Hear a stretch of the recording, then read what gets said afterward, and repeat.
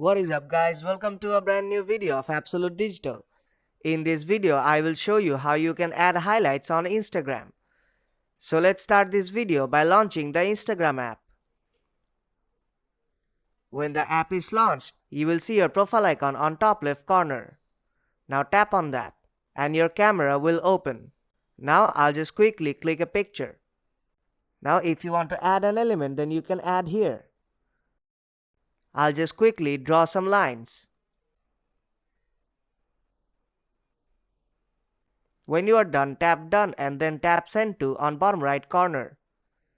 First you have to share this on your story. And then you'll see the option add to highlights. Now tap on that. Then you have to name your highlight. I'll just call it my highlight. And then tap add.